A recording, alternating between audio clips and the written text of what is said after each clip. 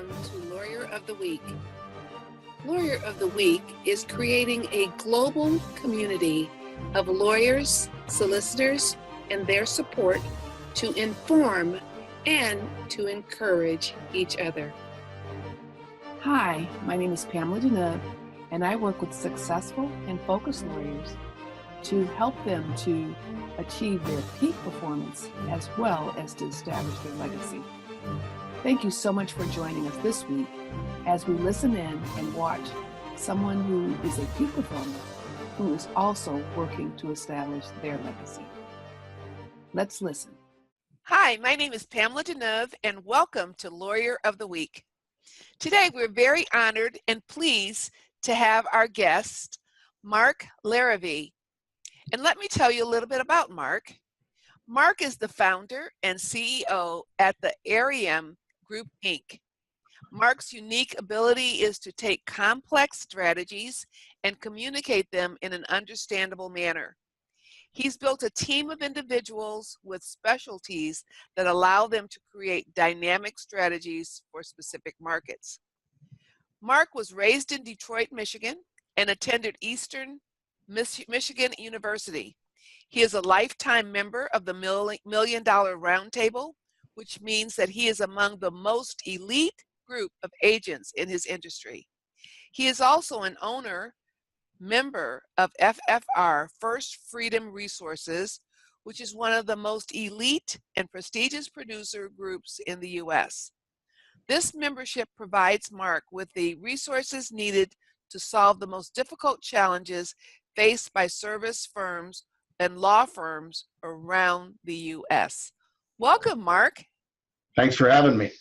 We're so pleased to have you as a guest on Lawyer of the Week, and I'd like to ask you Lawyer of the Week questions.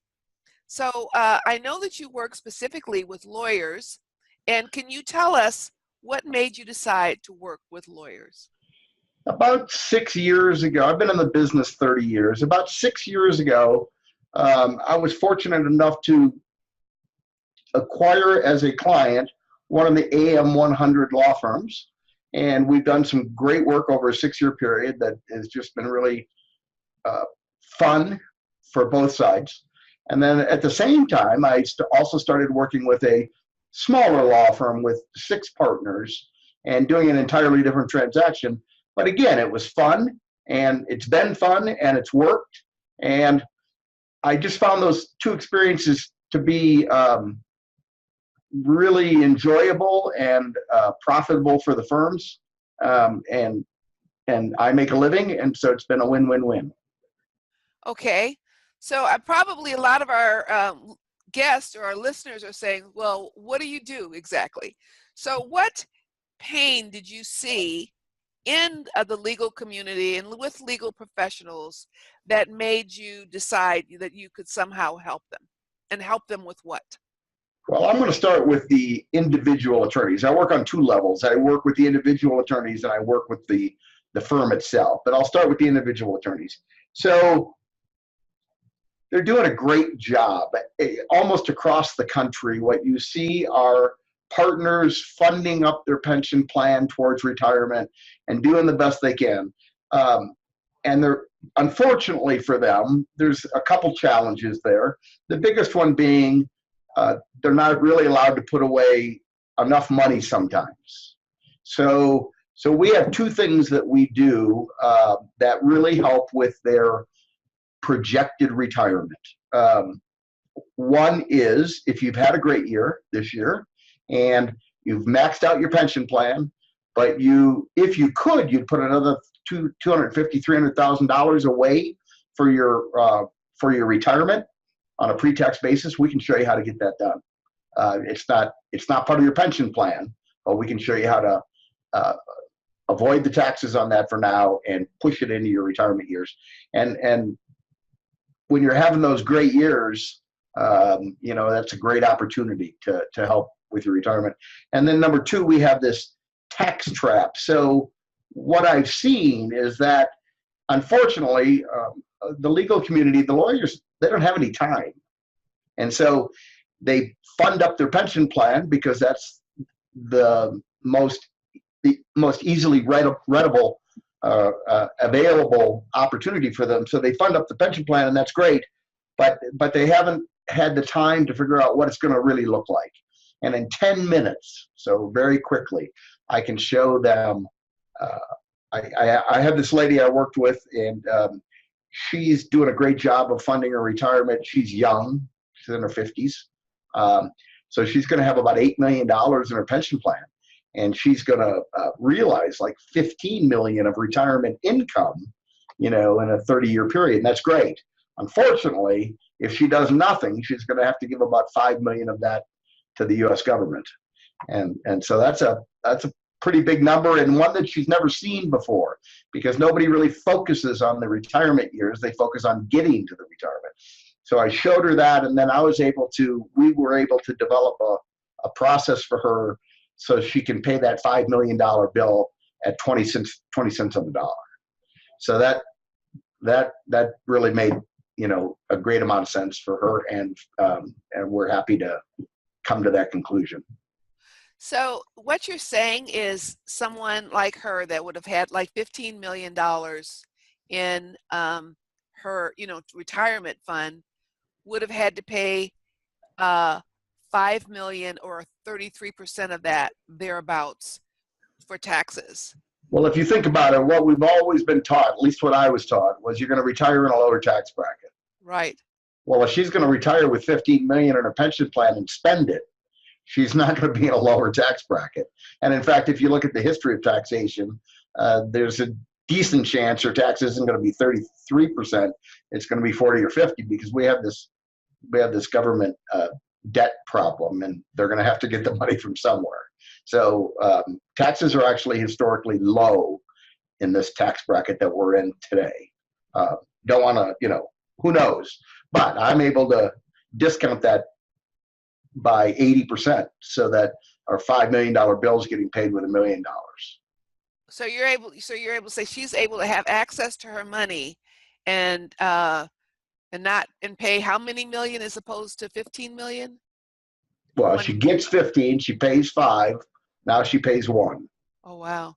So she gets to pay 4 million for herself.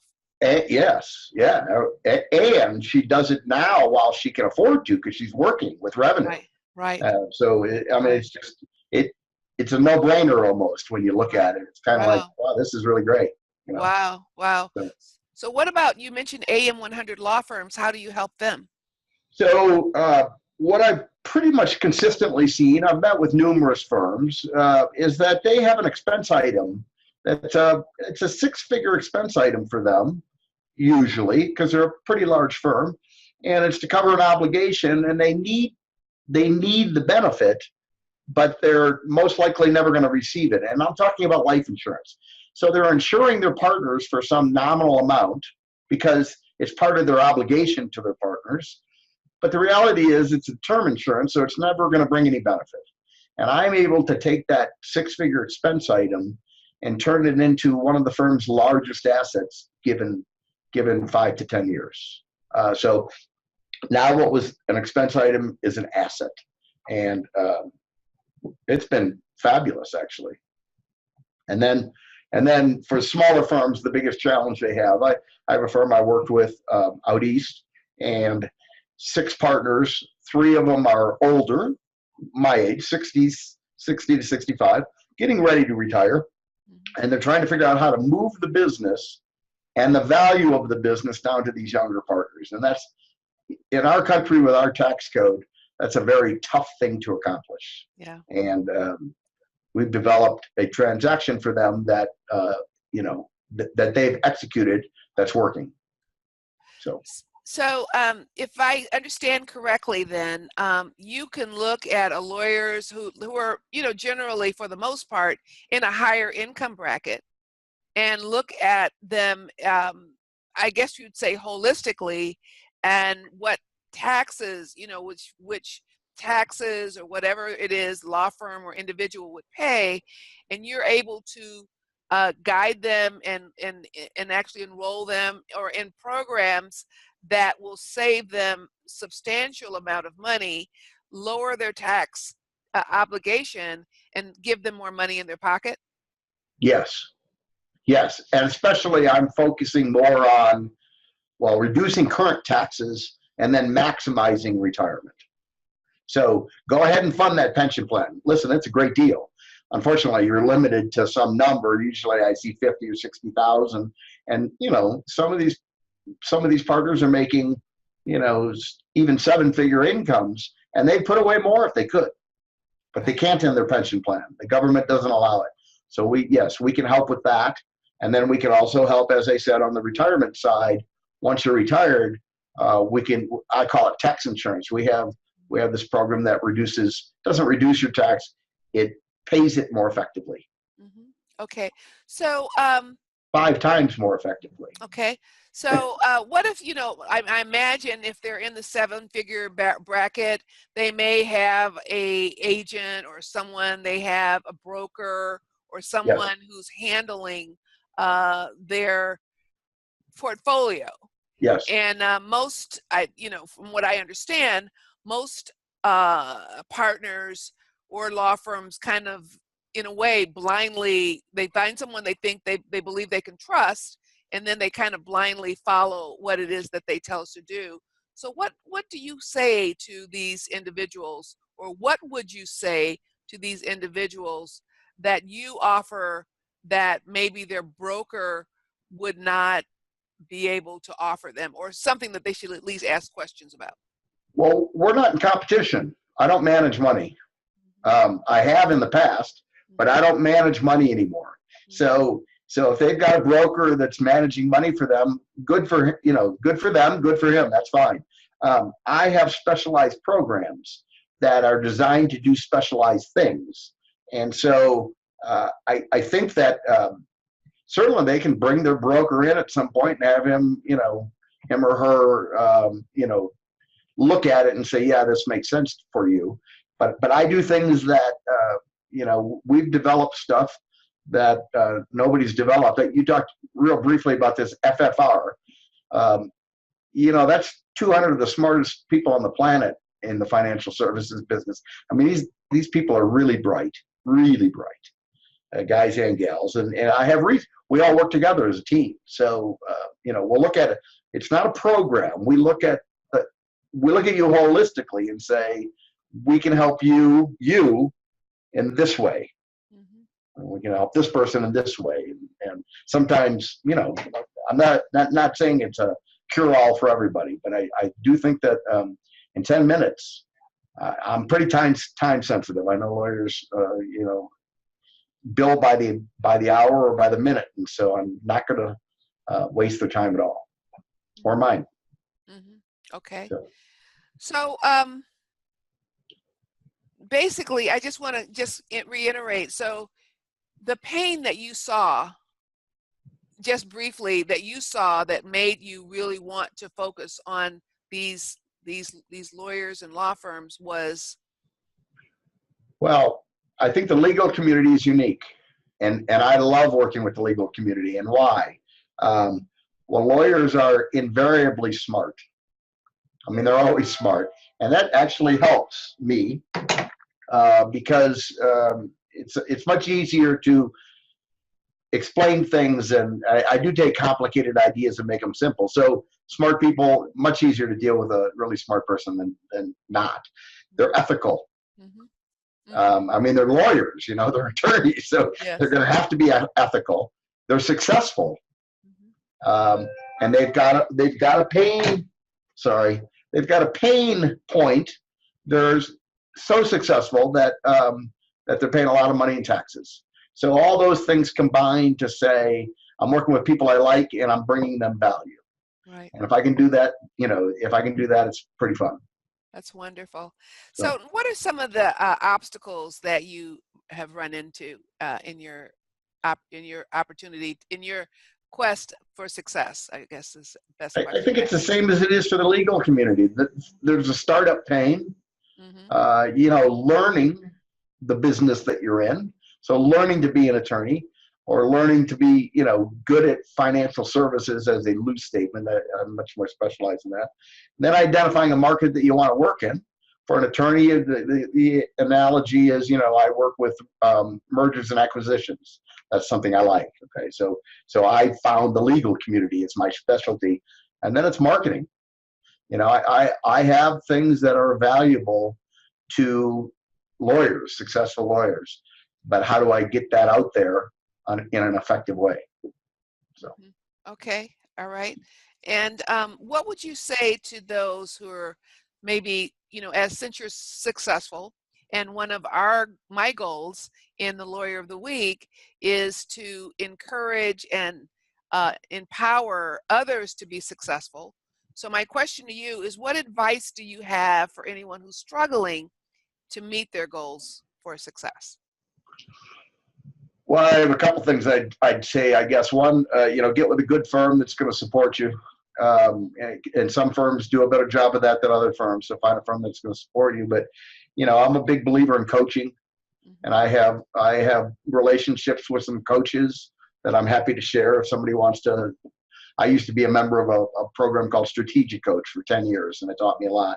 And then last, I have a book I would recommend called The 12-Week Year. I just read it and went through it with a workshop with some people, and a pretty fabulous book. But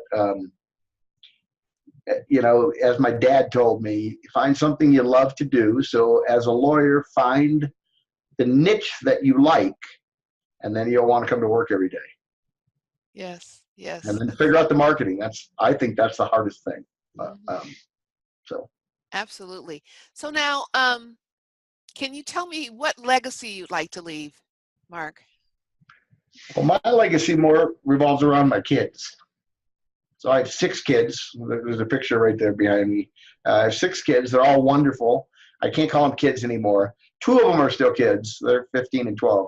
But the rest of them are all in their 20s. And, they're all great people. And I'd want to give them what my dad gave me: work ethic, and find a job that you love. And then you'll want to come to work every day. That's what he taught me. He's a legend in the automotive business. He's a member of a Hall of Fame, and people ask for his autograph all the time. He's a great, great guy.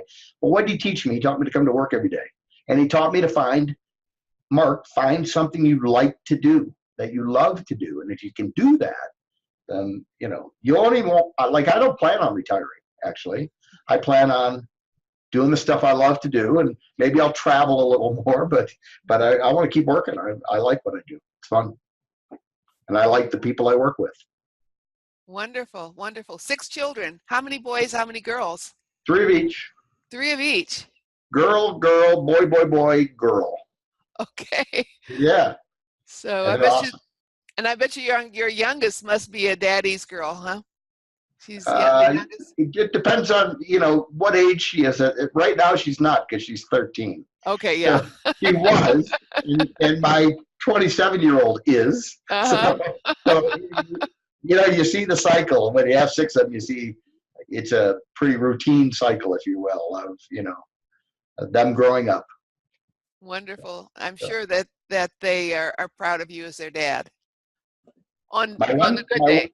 My one son's 21, and he went to my most recent meeting at the AM 100 law firm, and walked out and said, "Wow."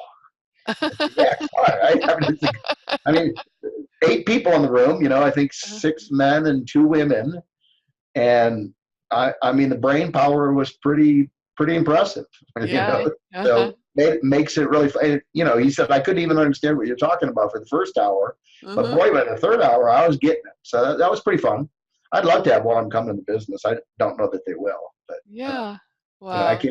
I want them to find what they love. Right. Doesn't have to be here. Yeah. I don't work in the automotive business. My dad does. So. Yeah. Wonderful. Wonderful. Well, our final question is, tell me or tell us what you do to relieve stress. Well, I have 2 things. Music. So I'm a huge music fan. I live in Colorado Springs. So for those of you out there that love concerts and have never been to Red Rocks, call me. I'll educate you on how to do it. I might even join you. I love music, and then I love to travel. So I like to go to Europe. You know, I like to go to the islands. I've been in every state in the United States except Alaska, and I'm planning on going there. But I like to travel, and I like to really actually get into the little towns. So I like New York, but but I'm not a Chicago or a Detroit person. I'm a Colorado Springs person. I like the littler towns. I go to Italy. I like Rome, but I really like actually the small towns in Tuscany better. Wonderful. Yeah, those walled, medieval towns are pretty fun. Wow, that's wonderful. So travel and music. Wonderful. Well, Mark, we really appreciate you being our guest on Lawyer of the Week. And it was very educational and informative. And to my audience, thank you for joining us. And we hope to see you again next week. Thank you.